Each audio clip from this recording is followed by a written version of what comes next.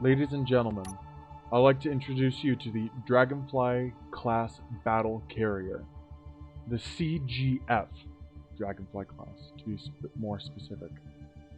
Today we're going to be going over the ship, its firepower, and we're going to be testing against some targets over off in the distance. I don't know if you can quite see them, so on this small fleet over here that is trending on the Steam Workshop, so I thought it would be a good little bit of a demonstrator of its primary armaments. I'm not going to be using any of the modded armaments on it because, you know, modded, sometimes it can be overpowered, and if you think that, you're rightfully so. These aren't, in my opinion, but I mean, if you think that, you're more well within your right. And also, quite frankly, I mean, modded weapons, they're kind of like just try them out, you know, whatever.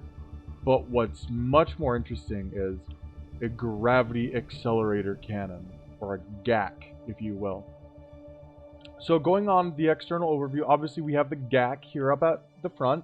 This is the primary armament on the vehicle. Well, let me rephrase. It is the most powerful armament on the vehicle. Then we have two accompanying Macs on the front, top and bottom, from the UNSC Weapons Mod Pack.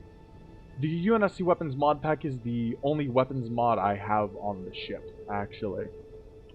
We have two different energy shield mods, as well as the naval decorations mods, which I'm using for the internal dampeners, just to make slowing down a little bit better, because, you know, on a ship this size you really need all the help you can get, especially considering it is 100% heavy armor, double, triple, and even in some areas 4x thick. As you can see, like here with that wall, that is a 4x thick wall. Mind you, there are some gravity generators hidden inside, but nonetheless, that's still a lot of armor to chew through. Then moving along further back, we got four sets of triple cannon batteries. We've got some small point defense cannons, some larger point defense cannons, and all of them are recessed into the hull just to give them a little bit of extra protection. The primary use for these smaller ones are going to be just screened against fighters, especially this front one and that back one.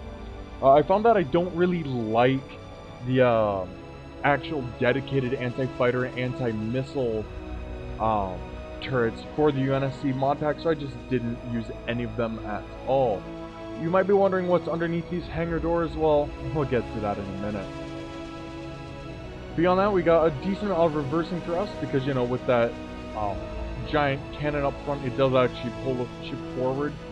If we didn't, we got a good amount of thrusters dotted around to make sure that you can actually stop the ship.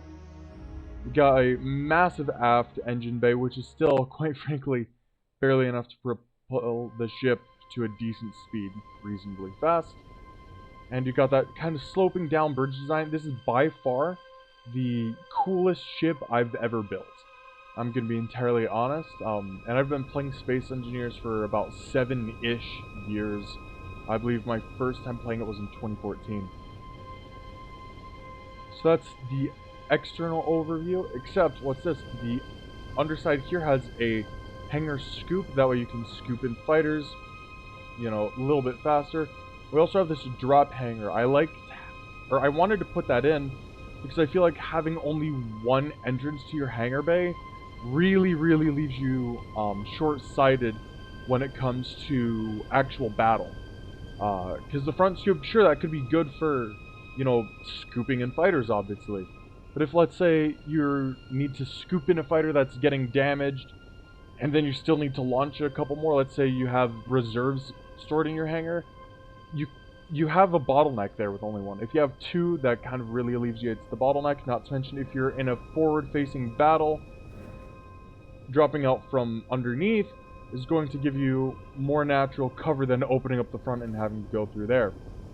In addition to natural cover, part of the reason why I built this down wasn't just for the Mac. The Mac was actually an afterthought. The primary reason was because, as you can see from the front, you can't really see that hangar bay, so it provides a little bit of natural cover, so that way fighters can leave the hangar bay just a little bit easier when you're in a forward-facing battle. That way you can get fighters out a little bit safer without having them be absolutely annihilated. Alright, now that the external overview is done, time to swap the character and give you the internal overview. This is the bridge slash observation room. So you got pretty good view of the entire upside of the ship. Obviously you can hop in and, you know, drive around. It doesn't have the best maneuverability, but considering it is a battle carrier, I think it's adequate. I mean, it'll work in a pinch. Beyond that, you do have a couple extra ones just in case you got buddies on board. Moving down here, we have these two twin projectors. The idea when I put them in was to have projections of the ship on them, and I just haven't done that yet, so they're just kind of there. They honestly do just help up break up the space. They look a little goofy there, but they do help break it up so it doesn't look so boring. Moving on to the inside of here, this is the medical bay. It's not too populated, and I wanted it that way because in the scenario that you're going to run this, say, in survival, I wanted this to be a ship that you could customize for your own needs. And that's actually part of the reason why, if you step out here, you have refineries in the floors, because I did want this to be able to be used in a survival setting. Moving on down here, you see all these pipes going into the primary storage and reactor room. It's not very well lit up because my logic is almost no one's gonna be going back there, and besides, you know, it is what it is. Moving down here, you can see some of the shield controls for one of the shield mods, and then you can see into the hangar. The spotlights up top are turned off at the moment. That being said, they obviously can turn on, hence the fact that they exist. And this is kind of it for the internal overview. It's not too much of a complicated ship. I like having my ships very streamlined and open for further internal expansion and also just general simplicity.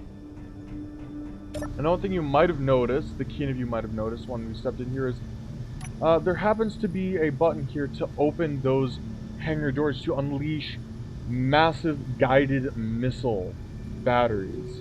There's a total of 8 launchers per side, and these are the heavy launchers. I forget the exact name of them. I just have them listed as missile pods. Let me figure out the type, actually, of missile pods. The M42 Archer pods. We have massive batteries of those because what I found is that when dealing with larger amounts of fighters, or even dealing with just in a fleet battle, having those on standby so where you can open them up and fire a couple volleys to get either fighters off of your ship or to otherwise deter enemy movements towards your ship is very useful.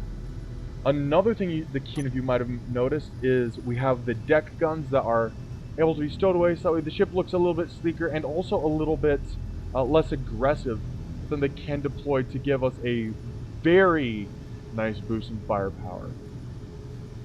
The underside is admittedly lacking in them, but I couldn't really find a good space for them without obstructing the hangar, so sorry, not sorry.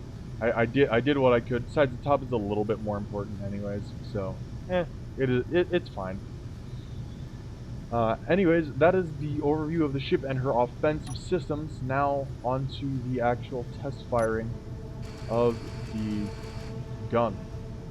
So first I'm going to go for the carrier, and for the record, before I fire a single round, the links to the test ships that I'm using as a test round against my player-made gravity gun will be in the description of the video. I believe in giving full credit where credit is due.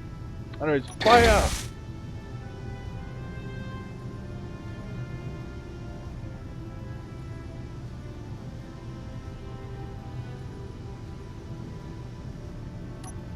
Alright, let's actually enter Spectator Cam. Move down over there. I believe we shot this one. Yes, we did. So as you can see, the side we shot versus the side we didn't. Doesn't look like it did too much, but part of that is because it was going at maximum speed. If you go on the inside here, you see that it actually glitched through the front wall a bit.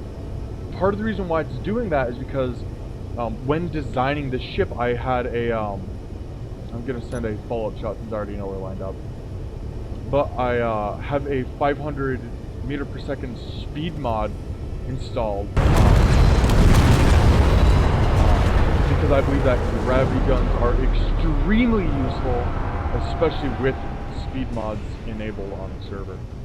As you can see, the second shot hit basically at the exact same spot and just absolutely ripped through the center of the ship. Let's send one more and actually back away so that way we don't end up being deafened by the impact again. You can see it's coming in at 500 meters per second. So with three rounds from the gravity gun, and we have gone from front all the way through the entire ship. And if I remember correctly, I think I saw, yeah, a little bit went out the back due to, again, glitchiness with the Space Engineer's physics engine at high speeds. It obviously can do lower speeds like, 100 meters per second as well. But, 500 just seemed like a more reasonable number at the time. Now then, what I'm going to do next is I'm going to then target this frigate just above that carrier, and we're going to see what happens. That's where I hit F3 instead of just the regular 3 button. Just about there. Should be the sweet spot that we can hit. Swap to Spectator.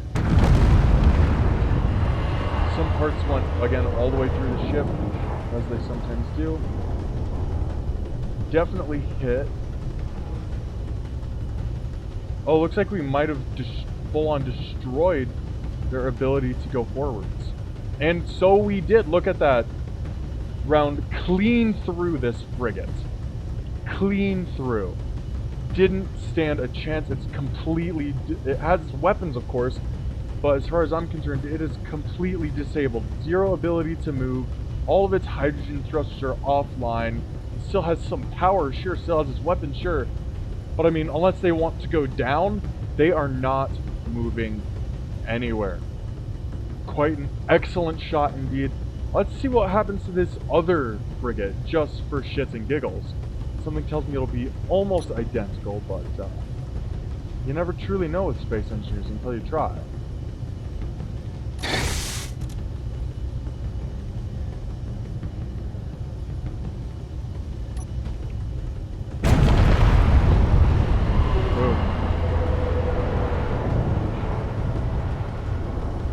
Does not look like that round was very effective, actually. No, because it went in here, went through here. Looks like it might have exited at the hangar bay area because we were at such an angle. So aiming a little bit more to the left, just a tad, and fire a second round. See if we can. And this is about 3 kilometers out, as you can see. Just about 3 kilometers away from the Dragonflies where these are. And again, massive hull plating gone, serious structural integrity issues. If I saw this kind of a damage on my ship before I even got into weapons range of my ship, on it, you know what I'm trying to say. I would just simply turn tail and run. Now, I know I said I wasn't going to test any of the modded weapons, right? But we've seen everything that this ship has to offer in terms of its vanilla weaponry, right? So we might as well fire, a single MAC round into this carrier.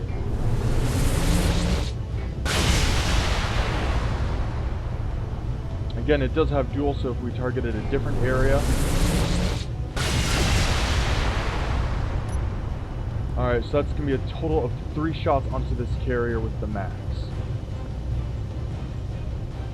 Much more traditional damage. As you can see, it is still absolute chaos on the inside of this ship. Thrusters down, massive areas of hull are completely destroyed. Thrusters on the left side of the ship are completely down, it looks like. Fighter removed from the docking bays. this ship is no longer fit for combat. Absolutely annihilated. Well, ladies and gentlemen, I believe that is all I have for you today. Thank you so much for watching the showcase of the C.G.F, Dragonfly class battle carrier. It is perhaps not the absolute best spaceship on the workshop, but it is quite impressive nonetheless, considering that it has all of that firepower and enough room for 6 internal fighter docking. Which, although admittedly is nowhere near the highest internal capacity I could have gone for, but still a very, very respectable amount of fighters, considering its large amount of offensive weaponry. Thank you again so much for watching. I greatly appreciate it. If you liked, be sure to give us a like. And if you would like to subscribe, it's a red button. It's right there. And if you do, you might as well click the bell, because I'm going to try and do videos about once a week to once a month, somewhere in that zone. I don't want to make any hard promises right now, because college will be starting back up for me in January, so I don't know how much I'll be able to keep up with content long term. That being said, you guys have a great rest of your day. Let chaos reign.